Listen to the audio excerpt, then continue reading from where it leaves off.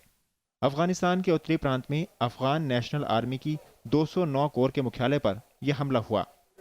यही सेना इन दिनों उत्तरी अफगानिस्तान में तालिबान के खिलाफ मोर्चा खोले हुए है। एक अध्ययन के मुताबिक 2016 में करीब 6800 सेना और पुलिस के जवान आतंकी हमलों में मारे जा चुके हैं। Bureau report, Rajya Sabha TV. कानून मंत्री रविशंकर प्रसाद के मुस्लिम समुदाय को लेकर दिए बयान पर विपक्षी पार्टियों ने कड़ी आपत्ति जताई है।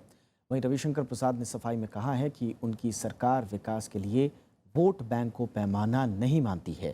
रविशंकर प्रसाद ने कल एक कार्यक्रम में कहा था कि मुस्लिम बीजेपी को वोट नहीं देते, लेकिन उनकी सरकार किसी से भेदभाव नहीं करती। Have we victimized any Muslim gentlemen working in industry or in service? Have we dismissed them? दूरसंचार मंत्री और बीजेपी नेता रविशंकर प्रसाद मुस्लिमों पर बयान को लेकर विपक्ष के निशाने पर आ गए हैं। कांग्रेस और जेडीयू का कहना है कि बीजेपी लोगों को धार्मिक समुदाय के तौर पर देखती है और पार्टी ने स्वीकार कर लिया है कि देश की एक बड़ी आबादी उन्हें वोट नहीं देती। वो और उनकी पार्टी निश्चित रूप से पूरे भारत के नागरिकों को धार्मिक समुदायों के रूप में देखते हैं, परिभाषित करते हैं। सर्वमान्य हो गया इस पार्टी के लिए कि भारत का सबसे बड़ा धार्मिक समुदाय 18% या कुछ मुसलमान उनकी पूरी पार्टी का समर्थन नहीं करते हैं। खुद ही इस दुष्प्रचार का, अपनी ही पार्टी के दुष्प्रचार का खंडन कर दिया कि मुस्लिम वोट देते हैं, थोड़ा भी सही लेकिन उनको देते हैं। लेकिन उनको अपने गिरेबान में झांकना चाहिए कि वो क्यों नहीं देते। सीपीएम, समाजवादी पार्टी और AIMIM ने भी रविशंकर प्रसाद के बयान पर आपत्ति जताई है। उनका कहना है कि कोई मंत्री नहीं बल्कि देश का संविधान सबको समान हक देता है।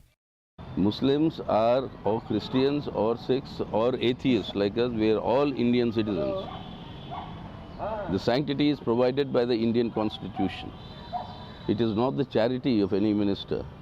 And let them not talk in these terms because it is very unbecoming of being a minister. Honorable Law Minister said that Muslims do not vote for us, but we gave them sanctity. Where is this we? Who are you we? It is a constitution which has given rights to each and every Indian. And as a Muslim, I am the minority of this country and my rights are protected in Article 29 and 30 and also various fundamental rights. सरकार की जिम्मेदारी है सबके काम आए, लेकिन अगर Bharatiya Janata party मुनासिब समझती है तो उसे पूरा हक है और वो ऐसा ही कर रहे हैं। रविशंकर प्रसाद ने मामले को तूल पकड़ता देख ट्वीट कर सफाई दी। उन्होंने कहा कि मोदी सरकार सभी के विकास में यकीन रखती है और भारत की अनेकता में एकता की संस्कृति का सम्मान करती है। वो विकास के लिए वोट बैंक को मापदंड नहीं मानते। शुक्रवार को एक कार्यक्रम में उन्होंने कहा था कि मुसलमान बीजेपी को वोट नहीं देते। इसके बावजूद पार्टी उनका पूरा सम्मान को परेशान नहीं किया गया। Bureau report, Rajya Sabha TV. Delhi में रविवार को होने वाले नगर निगम चुनाव की तैयारियां पूरी हो गई हैं। 272 वार्डों के लिए मैदान में 2500 से ज़्यादा उम्मीदवार हैं। आम आदमी पार्टी जहां बीजेपी और कांग्रेस को वोट नहीं देने की बात कर रही है, तो बीजेपी केंद्र के साथ तालमेल बढ़ाने की बात पर वोट मांग रही है। राजधानी में रविवार को दिल्ली के तीनों नगर निगमों के 272 वार्डों के लिए मतदान होगा। दिल्ली राज्य चुनाव आयोग ने इसके लिए 13,141 मतदान केंद्र बनाए हैं। इनमें 799 संवेदनशील है और 208 अति संवेदनशील हैं। राज्य चुनाव आयोग ने इस बार 68 विधानसभाओं में 68 मॉडल पोलिंग स्टेशन बनाए हैं। तीनों निगमों में कुल 1,34,23,783 मतदाता हैं। इनमें पहली बार के मतदाताओं की संख्या करीब 25,000 है। कुल 2,537 उम्मीदवार चुनाव मैदान में हैं। इस बार आम आदमी पार्टी, बीजेपी और कांग्रेस के बीच कांटे का मुकाबला है। आम आदमी पार्टी और बीजेपी के बीच आरोप प्रत्यारोप का सिलसिला जारी है। आज हम जिसको वोट दे रहे हैं, अगर दिल्ली के लोग, हम सब लोग दिल्ली में कूड़ा फैलाने वाली पार्टी को चुनेंगे, कूड़ा फैलाने वाली पार्टी को नगर निगम की सत्ता देंगे, तो उसके रिजल्ट में तो कूड़ा फैलेगा ही फैलेगा। उसके रिजल्ट में तो चिकनगुनिया होगा ही होगा। आपकी जो राजनीति है वो टकराहट की राजनीति है, गाली गलौज की राजनीति है, तो मैं नहीं समझता उससे विकास हो सकता है। अगर दिल्ली में जिस दिन दिल्ली में बीजेपी की सरकार आ गई, दिल्ली विधानसभा में भी, आप समझिए कि तालमेल के साथ बहुत अच्छा काम होंगे, तब किसी प्रकार का कोई भी जनता को परेशानी नहीं रहेगी। नगर निगम के लिए मतदान सुबह 8 बजे शुरू होगा और शाम 5 बजे तक चलेगा। चुनाव के नतीजे 26 अप्रैल को आएंगे। पिछले 10 साल से नगर निगम पर बीजेपी काबिज है। अनु दीवान, राज्यसभा टीवी। अनु दीवान हमारी संवाददाता इस वक्त फोनलाइन के जरिए हमारे साथ जुड़ चुकी हैं। अनु, किस तरह की तैयारियां मुकम्मल की गई हैं कल के चुनाव को लेकर दिल्ली में? दीपक, कल की तैयारियां जो है पूरी की जा चुकी है। सबसे बड़ी बात यह है कि जो चुनाव आयोग ने, जो राज्य चुनाव आयोग है, उसने साफ किया है कि जो ईवीएम मशीन यहाँ पे दिल्ली में कल इस्तेमाल की जाएंगी वो पूरी तरह से टैंपर प्रूफ है। ये मुद्दा इसलिए उठा क्योंकि पिछले पंजाब और गोवा, जो भी अभी विधानसभा 5 राज्यों के विधानसभा चुनाव हुए थे, उसके बाद अरविंद केजरीवाल ने ईवीएम टैंपरिंग का मुद्दा उठाया था। दिल्ली के राज्य आयोग को भी, राज्य चुनाव आयोग को भी लिखा था कि हर टैंपरिंग मशीन के साथ एक वीवीपैट मशीन होनी चाहिए। तो उन्होंने साफ, हाईकोर्ट ने भी उनकी अपील को खारिज कर दिया और चुनाव आयोग ने भी बताया क्योंकि समय कम है इसलिए हर मशीन के साथ वीवीपैट मशीन नहीं लगाई जा सकती। लेकिन चुनाव आयोग ने आज ये साफ किया है कि जो ईवीएम मशीनें इस्तेमाल की जाएंगी वो एकदम टेम्पर प्रूफ होंगी। और तैयारियों की बात करें तो दिल्ली में 13,000 पोलिंग बूथ बनाए जाएंगे, जिसमें बताया जा रहा है कि करीब 800 पोलिंग बूथ जो है वो संवेदनशील है, जहां पे कड़ी सुरक्षा रखी जाएगी। 208 अति संवेदनशील पोलिंग बूथ बताए हैं। ये जितने भी संवेदनशील पोलिंग बूथ है इसमें सुरक्षा ज्यादा बढ़ाई गई है। टोटल बताया जा रहा है कि करीब 56,000 पुलिस और मिलिट्री, पैरामिलिट्री फोर्सेस दिल्ली में कल तैनात रहेंगी और पूरी की पूरी यहाँ पे ध्यान में रखा जाएगा कि जो भी मतदाता यहाँ पे वोट डालने आए वो अपना फैसला सही तरीके से ईवीएम मशीन में लागू करे और किसी तरह की कोई भी सुरक्षा में चूक नहीं होनी चाहिए। और ये भी बताया गया है कि कल चुनाव आयोग ने स्पेशल करीब हर एक विधानसभा में एक पोलिंग बूथ जो है वो मॉडल पोलिंग स्टेशन बनाया है, जिसमें नए युवा वोटरों को उत्साहित करने के लिए कुछ अलग अलग तरह के लुभाने वाले, जिसे कहते हैं कि फूलों से सजाया जाएगा, गुब्बारों से सजाया जाएगा, इस तरह से कि लोग ज्यादा से ज्यादा बढ़ चढ़कर वोट दें और अपना मताधिकार का इस्तेमाल करें। अनु, राजनीतिक रूप से हमें थोड़ा समझाएं कि ये चुनाव अलग अलग राजनीतिक दलों के लिए कितने महत्वपूर्ण हैं और मुद्दों के लिहाज से कौन कौन से मुद्दे इन चुनाव में हावी रहे। दीपक, बिल्कुल ये जो चुनाव है इसे आप कह सकते हैं कि ये विधानसभा चुनाव का सेमीफाइनल है, क्योंकि सभी पार्टियां पूरा जोर लगा रही हैं। इसी में टेस्ट किया जा रहा है, हर पार्टी के लिए एक लिटमस टेस्ट है, जहां पे वो देखेगी कि उसने, अगर हम केजरीवाल सरकार की जिस तरह बात करते हैं, उसको करीब 2 साल हो गए हैं, उसके लिए ये चुनाव इसलिए महत्वपूर्ण हो जाता है कि उसको 2 साल में जनता ने, दिल्ली की जनता ने कितना सराहा है, कितना अपनाया है, उसको कल अपने इसमें जब इस नगर निगम चुनाव के नतीजे आएंगे इसमें पता चल जाएगा कि आखिर लोग उनके काम को कितना पसंद कर रहे हैं और उनको और कितनी मेहनत करने की जरूरत है। रही बात बीजेपी की, बीजेपी के लिए ये चुनाव उतना ही महत्वपूर्ण हो जाता है, क्योंकि बीजेपी जब विधानसभा चुनाव में 3 सीटों पर रह गई थी, उसके बाद जो नगर निगम के बाय पोल्स हुए थे जिसमें 13 सीटों पर थे, उसमें बीजेपी ने अपना वोट शेयर तो बढ़ाया था लेकिन सीटें नहीं बढ़ा पाई थी। बीजेपी के लिए 10 साल वो नगर निगम में रही जरूर है, लेकिन जो सबसे बड़ा मुद्दा उसके सामने है वो है गंदगी और भ्रष्टाचार का, जो उसको सामने झेलना भी पड़ रहा है और लोग उसको कितना वोट देते हैं, नगर निगम में दोबारा बीजेपी को देखना चाहते हैं या नहीं, और इसी के साथ बीजेपी का वोट शेयर बढ़ता है या घटता है, ये पूरा का पूरा विधानसभा आने वाली जो हमारे 3 साल बाद दिल्ली में विधानसभा चुनाव होंगे उस पर असर डालेगा। वहीं कांग्रेस को भी देखा जाए तो कांग्रेस के लिए ये चुनाव बहुत ही ज्यादा महत्वपूर्ण हो जाता है, क्योंकि कांग्रेस ने जहां विधानसभा में अपना खाता भी नहीं खोला था, फिर बाय पोल्स में भी वो अपना खाता नहीं खोल पाई, लेकिन सबसे बड़ी बात ये थी कि कांग्रेस का वोट परसेंटेज, जो हाल ही में रजौरी गार्डन चुनाव हुए थे अभी बाय पोल्स से, तो उसमें वोट परसेंटेज 9% से सीधा 32% तक पहुंच गया था। तो कांग्रेस जो है इसी दम के ऊपर आगे बढ़ रही है कि जो उसने 2 साल पहले दिल्ली में खोया था, अपनी सत्ता खोई थी, वो इन्हीं चुनावों के दम पे जो है फिर वापस आने की तैयारी कर सकती है। लेकिन जिस तरह से पूरा का पूरा राजनीतिक समीकरण बना हुआ है कि कांग्रेस के लोग जो है कांग्रेस को छोड़ के बीजेपी में शामिल हो रहे हैं, कांग्रेस के कई नेता जो हैं वो पार्टी से नाराज चल रहे हैं, कैंपेन नहीं कर रहे, प्रचार नहीं कर रहे, क्या इवन कांग्रेस के प्रचार में हम लोगों को कहीं पे भी शीला दीक्षित, जिसके काम को लेकर पूरी कांग्रेस पार्टी अपना चुनाव प्रचार कर रही है कि 15 साल दिल्ली में राज किया, वहां कहीं पे भी शीला दीक्षित का नाम तक नहीं है। बीजेपी के पूरा का पूरा आप ये कह लें कि केंद्रीय मंत्रिमंडल जो है वो प्रचार में लगा हुआ है। वहीं आम आदमी पार्टी भी जो है वो पूरी अपनी ताकत झोंक रही है। तो ये चुनाव एक तरह से तीनों पार्टियों के लिए काफी अहम और इसको सेमीफाइनल हम कह सकते हैं। बहुत बहुत शुक्रिया अनु दीवान इस तमाम जानकारी के लिए। इधर कांग्रेस से निकाली गई बरखा शुक्ला सिंह आज बीजेपी में शामिल हो गई हैं। बीजेपी नेता विजय गोयल और श्याम जाजू की मौजूदगी में उन्होंने पार्टी की सदस्यता ग्रहण की। बरखा ने कहा कि वो किसी पद की लालसा में बीजेपी में नहीं आई हैं। उन्होंने प्रधानमंत्री नरेंद्र मोदी की नीतियों से प्रभावित होकर ये कदम उठाया है। बरखा ने गुरुवार को दिल्ली कांग्रेस महिला मोर्चा के अध्यक्ष पद से इस्तीफा दे दिया था। उन्होंने पार्टी के प्रदेश अध्यक्ष अजय माकन पर कार्यकर्ताओं की बात नहीं सुनने का आरोप लगाया था। इसके बाद कल कांग्रेस ने उन्हें 6 साल के लिए पार्टी से निकाल दिया था। पहले की कांग्रेस थी वो जनाधार वाली कांग्रेस थी, वो पब्लिक की नब्ज पकड़ना जानती थी, वो लोगों का दुख दर्द सुनना जानती थी। वो जो कांग्रेस पार्टी थी, जो नेता थे वो लोगों का दुख दर्द सुनते थे। आज वो पार्टी में गायब हो गया। एक छोटा सा ब्रेक लेते हैं, जल्द हाजिर होंगे।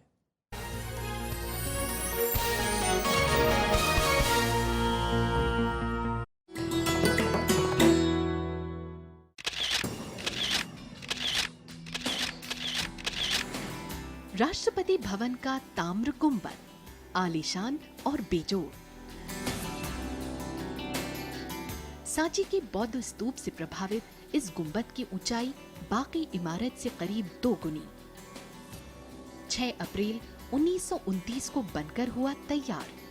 ये शानदार गुंबद राष्ट्रपति भवन की स्थापत्य कला और खूबसूरती को लगाता है 4 चांद।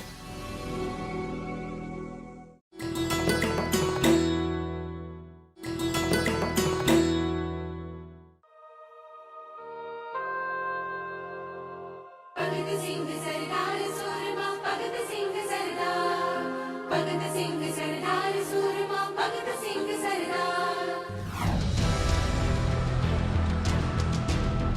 शहीद भगत सिंह, स्वतंत्रता आंदोलन के सबसे प्रभावशाली क्रांतिकारी। आजादी के दीवाने भगत सिंह ने नौजवानों को सिखाया, देश के लिए जरूरी हो तो जान पर खेल जाओ, मगर बेवजह किसी का खून न बहाओ। क्रांति की नई इबारत लिखने वाले भगत सिंह ने कहा, बम और बंदूक नहीं, विचार लाते हैं इनकलाब। इंसान मरते हैं, विचार रह जाते हैं। जो देश के लिए जीते हैं, मरकर अमर हो जाते हैं।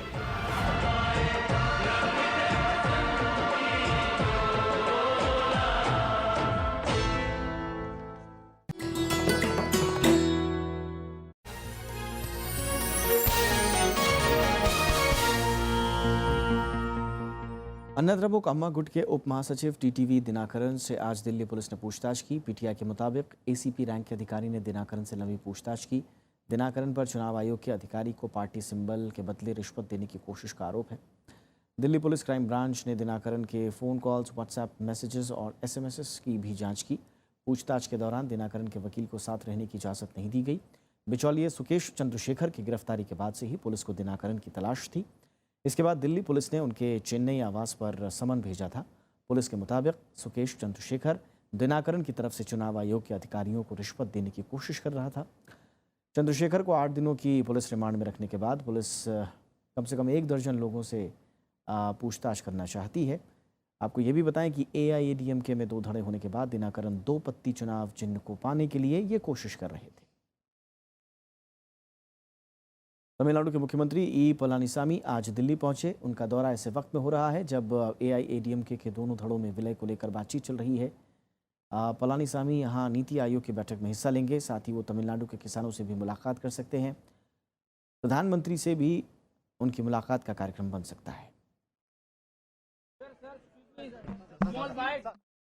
उत्तर प्रदेश में गुंडागर्दी करने वालों को बख्शा नहीं जाएगा। राज्य के नए डीजीपी सुलखान सिंह ने पदभार संभालने के बाद आज ये ऐलान किया। सुलखान सिंह को कल जावेद अहमद की जगह डीजीपी बनाया गया था।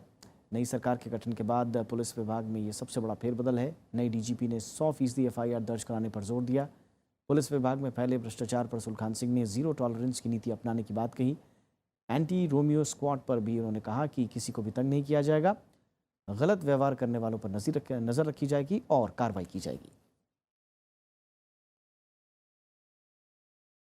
माननीय मुख्यमंत्री जी के स्पष्ट आदेश है कि कोई सत्ता पार्टी का हो, किसी का हो, किसी तरह कोई उद्दंडता या गड़बड़ी न करे और पुलिस निष्पक्षता से कार्रवाई करेगी। हम ये इंश्योर करेंगे कि 100% एफआईआर लोगों की दर्ज हों। हम पुलिस के अधिकारियों का आकलन आंकड़ों के आधार पर नहीं करेंगे। देखिए, भ्रष्टाचार के प्रति ज़ीरो टॉलरेंस हमारे पुलिस अधिकारी रखेंगे।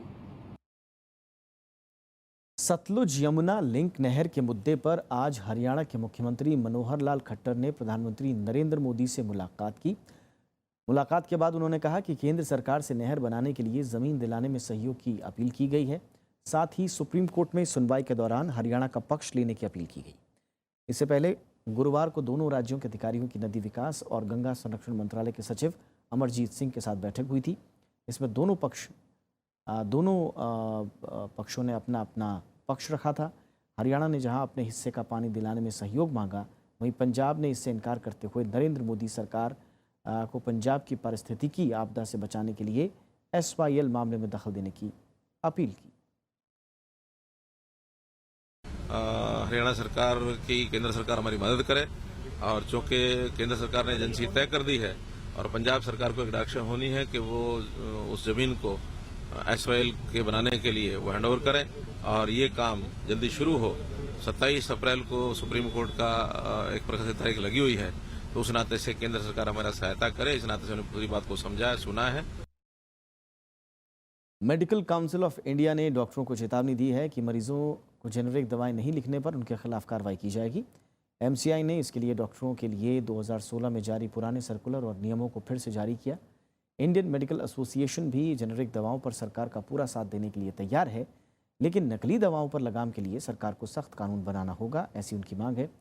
प्रधानमंत्री कुछ दिन पहले ही डॉक्टरों को पर्ची में जेनेरिक दवाएं लिखने की सलाह दे चुके हैं। उन्होंने इसके लिए कानून लाने की भी बात कही। जेनेरिक दवाएं दरअसल ब्रांडेड दवाओं से कई गुना सस्ती होती हैं।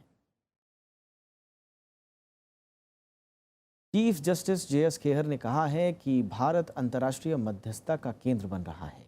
एंगेजिंग एशिया आर्बिट्रेशन समिट में उन्होंने कहा कि देश में मजबूत कानून प्रणाली और सरकारी दखल की कमी से विदेशी कारोबारियों के भरोसे को बढ़ावा मिलेगा और सरकार की मेक इन इंडिया योजना से उभरती हुई अर्थव्यवस्थाओं के बीच भारत पसंदीदा जगह बन रहा है। इसलिए अधिक से अधिक विदेशी निवेशक भारत आ रहे हैं और ये वाणिज्यिक अंतर्राष्ट्रीय मध्यस्थता को बढ़ाएगा। वित्त मंत्री अरुण जेटली ने वैश्विक विकास के लिए भारत जैसी उभरती अर्थव्यवस्थाओं को अहम बताया है। वॉशिंगटन में IMF और विश्व बैंक की बैठक में उन्होंने ये बात कही। वित्त मंत्री ने कहा कि इस साल भारत की अर्थव्यवस्था 7.5% की दर से बढ़ेगी। उन्होंने कहा कि भारत में महंगाई कम हुई है और राजकोषीय संतुलन बढ़ा है। वित्त मंत्री ने भारत में GST जैसे आर्थिक सुधारों की जानकारी भी दी। उन्होंने कहा कि नोटबंदी से कर वसूली बढ़ेगी और जाली मुद्रा का खतरा कम होगा।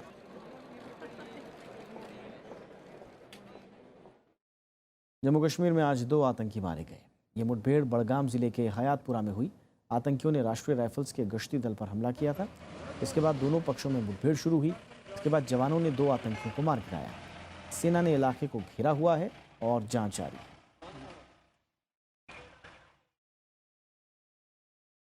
कश्मीर में शनिवार को लगातार 5वें दिन कॉलेज और विश्वविद्यालय बंद रहे। कश्मीर के डिविजनल कमिश्नर बशीर खान ने कल हुई बैठक के बाद यह आदेश जारी किया था। बशीर खान ने कल कॉलेज के प्रिंसिपलों उन्होंने शांति व्यवस्था बनाए रखने और बाहरी लोगों का प्रवेश रोकने को कहा था। सोमवार को छात्रों ने समूची घाटी में प्रदर्शन किया। छात्र पुलवामा के कॉलेज में छात्रों से कथित मारपीट का विरोध कर रहे थे। इसके बाद से ही कॉलेज में पढ़ाई बंद है। सरकार विधि आयोग की सिफारिशों पर फिलहाल कोई फैसला नहीं लेगी। एडवोकेट एक्ट में संशोधन का विरोध कर रहे वकीलों को सरकार ने यह भरोसा दिलाया है। कानून मंत्री रविशंकर प्रसाद ने कहा कि सरकार वकीलों से चर्चा किए बगैर इस मामले में कुछ भी नहीं करेगी। कानून मंत्री की ओर से भरोसा दिए जाने के बाद बार काउंसिल ऑफ इंडिया और दूसरे बार एसोसिएशनों ने विरोध कार्यक्रम वापस ले लिए हैं। विधि आयोग ने एडवोकेट एक्ट में कई संशोधनों की सिफारिश की है, जिसमें वकीलों का लाइसेंस रद्द करने और मुवक्किल को मुआवजा देने तक का प्रावधान प्रस्तावित है।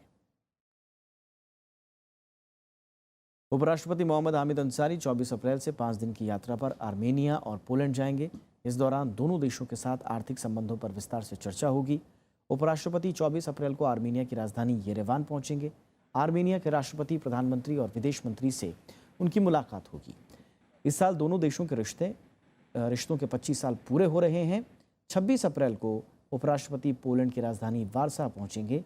वारसा में उपराष्ट्रपति पोलैंड के राष्ट्रपति, प्रधानमंत्री और सीनेट के स्पीकर के साथ वार्ता करेंगे। दोनों देशों के बीच 1990 से मजबूत आर्थिक संबंध हैं। We do hope that some agreements will be finalized during the visit. In the case of Armenia, we are certainly looking at enhancing greater cultural cooperation and a greater cooperation amongst the youth of our two countries. So that is an area which is under discussion. With Poland, they have been very keen to sell apples to us, and so I think agriculture is an important area. नौसेना ने BrahMos supersonic cruise missile के land attack version का सफल परीक्षण किया है। Long range BrahMos missile को बंगाल की खाड़ी में INS तेग से फायर किया गया, जिसका टारगेट ज़मीन पर था। इस कामयाबी से नौसेना अमेरिका, रूस, ब्रिटेन और चीन जैसे चुनिंदा देशों में शामिल हो गई है, जिसके पास इस तरह की मारक क्षमता है। भारत और रूस ने मिलकर ब्रह्मोस मिसाइल का विकास किया है। इसके एंटीशिप वर्जन से पहले ही नौसेना में शामिल किया जा चुका है।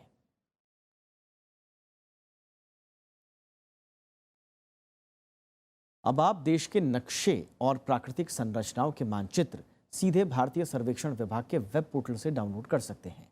राष्ट्रीय सर्वेक्षण दिवस के मौके पर इस सेवा की शुरुआत की गई।